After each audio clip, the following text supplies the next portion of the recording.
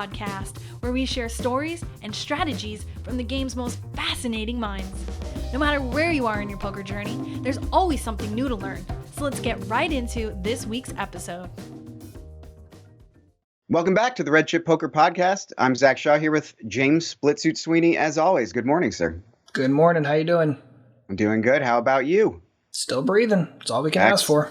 Awesome. Well, we're going to talk poker today, and we're going to talk about exploits. And this is one of the fundamental aspects of playing poker. We're exploiting our opponent's weaknesses for profit. Now, when I read this article that you wrote about 4 types of exploitation, I thought I had known what this topic was about, but you broke it down in such an amazing way, and you basically said, look, here are 4 basic exploitative principles that really form the basis of most exploitative principles. So if you just focus on these 4 things, you can actually get a huge leg up on your game, and it clarified the whole exploitative dynamics for me. So you mind going through that list with me and kind of talking a little bit about each one of those?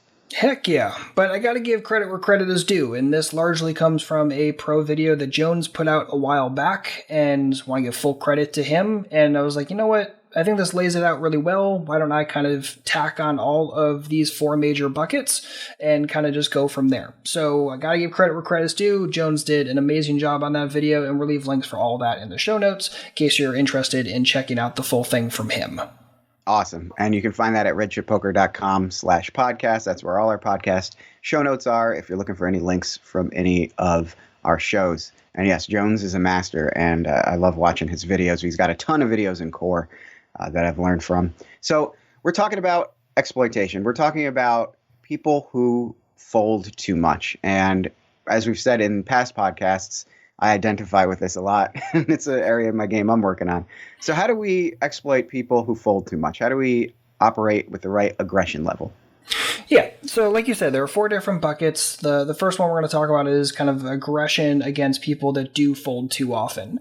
And this is just the real easy one, right? First and foremost, because it's easy to identify people that fold too much, right? Simply because they're not continuing all that often, and they're not continuing often enough, especially in specific spots, be it against a bigger bet, be it against 3 bets pre-flop, be it against specific barrels, whatever it is, you're finding these people left, right, and center, and especially in smaller games, there's always going to be a subset of these players who just simply fold too often. So this is like one of the first things I'm looking for when I sit down at a new table. It's like, who is the dude, or who are the multiple people that are just simply giving up way too much, be it pre-flop or post-flop, and I'm going to start really focusing my strategy and my thought process around that guy or those people. And simply put, if they're folding too much, it makes bluffing incredibly easy. It inherently makes value betting a little more difficult, right? Simply because when they do continue, which is rarely, but when they do continue, they tend to have the strongest of hands, which can make it difficult to get thin value against them, but extremely easy to take tons of your bluff combos, maybe even more than you quote-unquote should, and really just start firing with impunity and taking advantage of the fact that they're folding way more often than the break-even percentage of your bet kind of demands, and as such, you can just kind of fire, raise, and life gets very, very easy and very, very profitable. Now, how long does it take you before you determine this person is folding too much? How much observation, how much information do you have to gather before you are confident that you can start acting on that assessment? So obviously the bigger sample size you have, the more confident you can be in the read, but after like even a couple orbits, I can start getting some sort of feel. And especially when you're playing in live poker, and I know this is kind of odd with the timing of the original recording of this, since we're talking about this during kind of live poker hiatus, but when live poker comes back, and I have no doubt it will, then we're in a situation where listen. Right? When you're at a table, people talk a lot, and they talk about the hand that's unfolding, whether or not they're in it, and they talk about their thought process or what some player should have done or should not have done. And you can hear a lot of it if you listen very, very carefully. If you listen to the guy who's constantly saying, I would never call there. I mean, that's almost your telltale right there. If this is a dude who just like doesn't want to get involved in X pot or in Y situation with whatever hand. And as such, you can probably find a lot of situations against that person. So listen, pay a lot of attention. If people are nittier pre-flop, they tend to be pretty nitty post-flop, or at least on the flop itself. And once they get past the flop, nitty pre-flop, ish on the flop, they tend to be very, very strong side weighted when they get 2 turns in river. So just be careful about that you're not just blowing off barrels once they hit that point in their range where they're just like, I'm not going to fold anymore because I have no weak combos left in my range that will fold. So this can make a lot of cheap and easy small pots, right? Like picking up small pots pre-flop where you 3-bet them and they overfold, or c-bet and they overfold. But once they continue, getting them to fold on turns and rivers can be much more complicated because by the time they get there, their ranges are much stronger. Maybe not so much on the turn, but especially by the river, it can be very, very difficult unless the board rolls out in a specific way to get them to relinquish hands just because there's not enough air left in their range or not enough like marginal stuff that they really can and are willing to fold. Right. I like your tip of listen, because you're right. Like I've picked up things, even occasionally someone will lean over and just say, that guy's super tight, and at that point you're like, oh, okay. And we do some stereotyping in poker where we try and profile people based on their appearance and their, general, way they carry themselves. And that can be sort of dangerous sometimes. But those signs are out there. So that's an easy one, right? Picking out the folders. What about the non-folders? What do we do about those people who are just sticky as hell? So these are people who just inherently are going to be pretty much the exact opposite. These people don't like to fold as much, tend to continue more often, which means bluffing is going to be more difficult because less of their range is going to fold. But it also then makes it easier to get thin value or a thinner value than you would against, say, like a nitty or a taggier kind of player. And just for the record, when we're talking about these exploits can be looked at like a player type level. So thinking about like an aggro fish is definitely going to be someone who's probably more on the non-folder side of the spectrum, and nit is definitely going to be more on the overfolding side of the spectrum. But this can also be viewed at like the spot level as well. So for instance, overcard hits on the turn, this could be someone who normally wouldn't overfold a spot, but in this situation, especially if they're facing a big bet on that overcard, now maybe they're overfolding. So you can adjust this at not only the player type level, but also the situation level. I think that's kind of important because there are plenty of situations, again, even if you take what we just talked about with the nittier person, the person that tends to overfold but then gets to the river, they don't have very many hands in their range that can fold, all of a sudden that person just kind of became a non-folder. So what do? We bluff less, we inject more value, and we got to be very, very careful, especially if the continuance range they have is like super, super nut heavy versus the kind of player who just is going to continue with any pair. Now all of a sudden we can start value betting top pair far more easily and maybe even thin value betting with like queens on a king high board because they're going to continue with 10x on king 10, whatever kind of boards. So again, you got to take it all in context, both at the player type level and the spot level.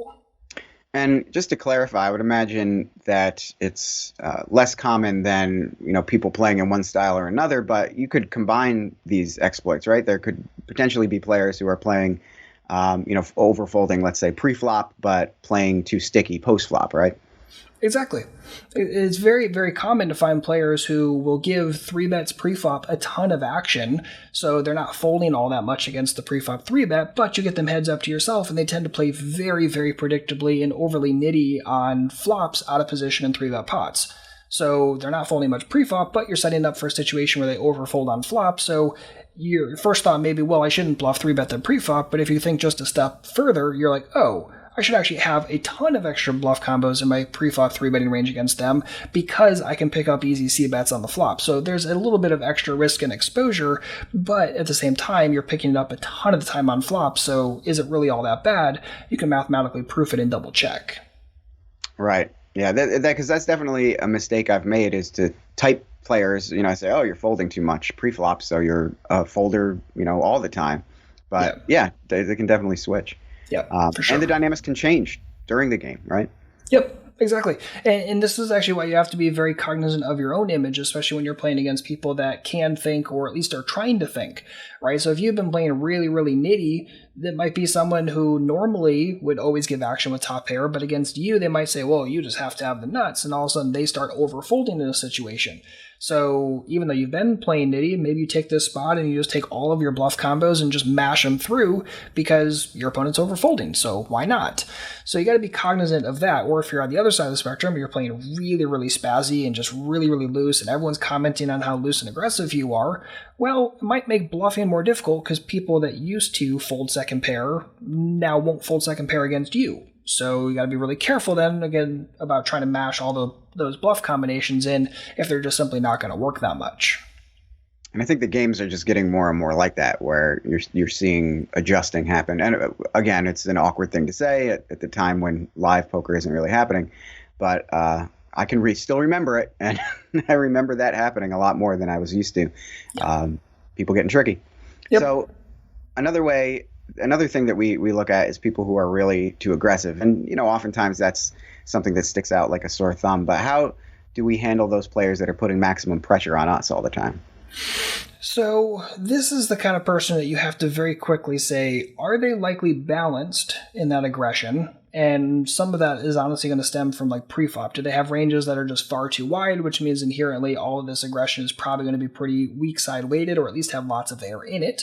Or is this the kind of person who's being overly aggressive, again, either at the player level or the spot level, thinking about just, they're being aggressive with their big hands and that's it. So against players who are overly aggressive and are very, very bluff focused and have a high bluff density, inherently you don't want to make the mistake of just constantly overfolding against that person, because you're playing right into what they're doing, right? They're bluffing a ton because they think their opponents are going to fold a ton, and if you also are folding a ton, then you're just inviting more bluffs in the future, and it's going to be more and more difficult for you.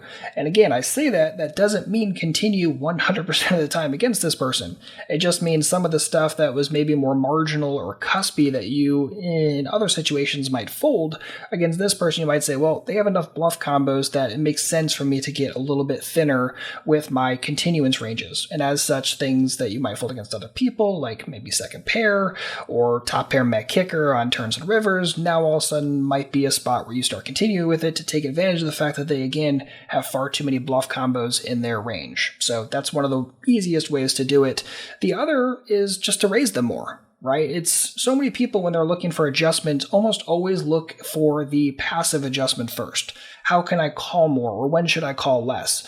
But the other part of the coin is, if they're constantly going to be like folding a ton of this, if they're going to be aggressing a lot with a lot of bluffs, and they're going to fold a lot of those if you decide to say check raise, then why not check raise a ton of bluffs? Right? Just because you can't call profitably with air doesn't mean that you couldn't raise profitably with air, but that goes back to having to know your numbers and making sure you understand what the break-even percentage is on any bet or raise you make, and understanding if there's going to be enough folding frequency coming from your opponent. And if so, continuing makes sense either in the aggressive way or the passive way. Yeah, it reminds me of previous conversations we've had where we've talked about this, and I've thought to myself, oh, well, I just need to open wider and change my range. And you make it very clear. No, it's way more nuanced than that. It's about, you don't abandon your fundamentals just because someone is playing a certain way against you. You just adjust. And, that's a great explanation of how you do it. Yeah, I try. That's kind of your thing. And that's why people tune in. So, the last one, though, I want to ask you. So the last one's kind of like overfolding versus nits. And, we still see nits at the table, and we might even be seeing more of them online as people are bored and, people who haven't played poker in a while are jumping on and getting into the mix. So what do we do in this situation? So when people are too nitty, you should just inherently say, okay, they're probably only raising with like the absolute strongest stuff, or betting with the absolute strongest stuff. So they might have a very low frequency of this kind of aggression, and inherently the density of that aggression is going to be super, super nut heavy or nut weighted.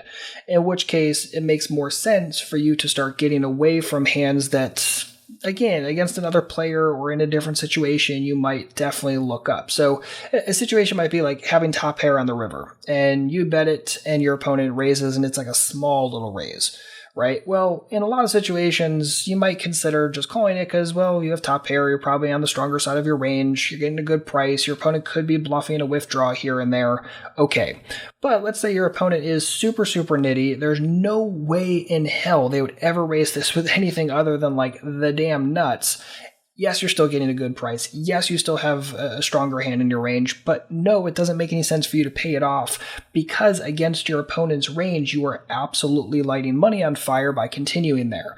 So again, you got to be really, really confident in this one because if you think about like the principles that we discussed in the 1% course, there's kind of this like large continuance frequency that you're supposed to have. You're really not supposed to be folding like every single time. You're supposed to be continuing a good chunk of it. So this is a spot where we're saying, well, we're actually not going to continue a large chunk of the time, which inherently makes us very, very exploitable. It's very easy to, again, identify people that fold too much, either in spots or just universally across their strategy. So you got to be careful and you have to be damn sure. Because the issue, your opponent made a continuance mistake almost certainly, right? Because they don't have a proper number of bluffs and value combos in their range, which is why we're kind of having this discussion of their density is so incredibly value heavy and like nut heavy. That's kind of the major adjustment. Because I think it's easy to hear this like fold against nits and you just start folding a ton of the time and not continuing often enough. And again, you start becoming a target. We talked about this a couple podcast episodes ago, and that's a massive, massive issue. So I think it's important to, again, really understand who your opponent is and what kind of range they're either betting or raising in this situation before you just start overfolding or folding like really, really strong hands. Like you better be damn confident in it.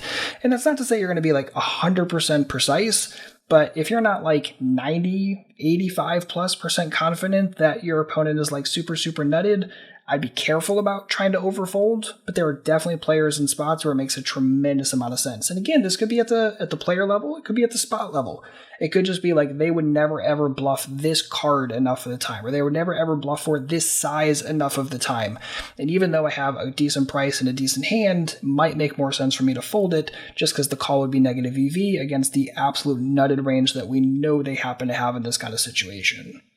Right. Yeah, and like you said before, all of these concepts can be turned around and looked at the other way. You know, as a recovering nit myself, I've found myself on the opposite end of this situation, and it often manifests as that feeling of leaving money on the table and feeling like they've got my number and they know, I'm not betting with, a bluff or with a weak hand. So that's allowed me to see, hey, I need to adjust my game here from the other side, not just the exploited side, but the being exploited side.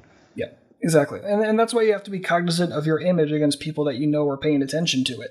Because if you say, okay, they view me as really, really laggy and they're going to adjust in this way, well, here's how I can counter adjust to make sure that it makes the most amount of sense in my aggression and the way that I construct my ranges and the way that I construct my sizing.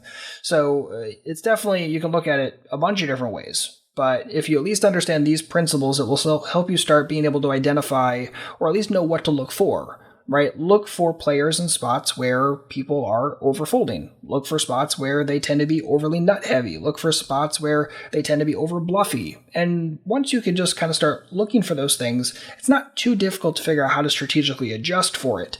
It's just a lot of people don't even know what to look for. So start here and it will help you a tremendous amount. And this is all applicable online. We're not talking about live tells, our opponents, winking or saying something weird. This is just frequency-based, check the action, see what's going on.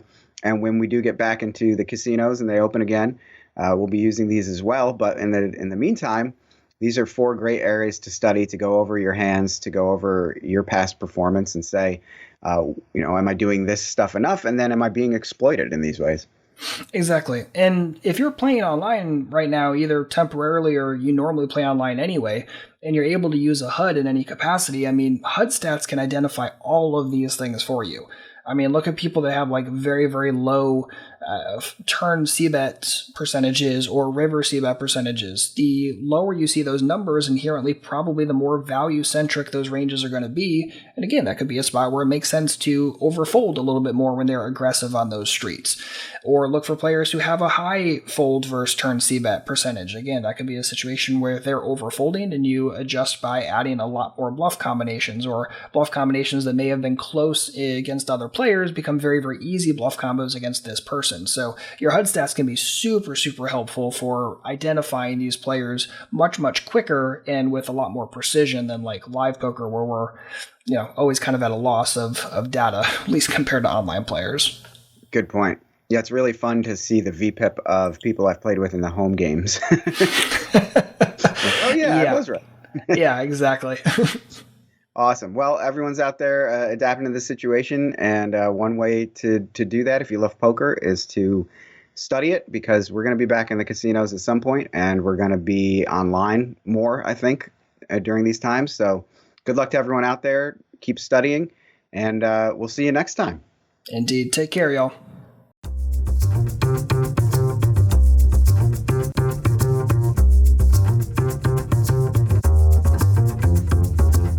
Thanks for tuning in to this week's episode. But don't stop learning now. Head over to redchippoker.com. You'll find everything you need to get better today. Join our free, friendly strategy group and start talking poker with our coaches and community.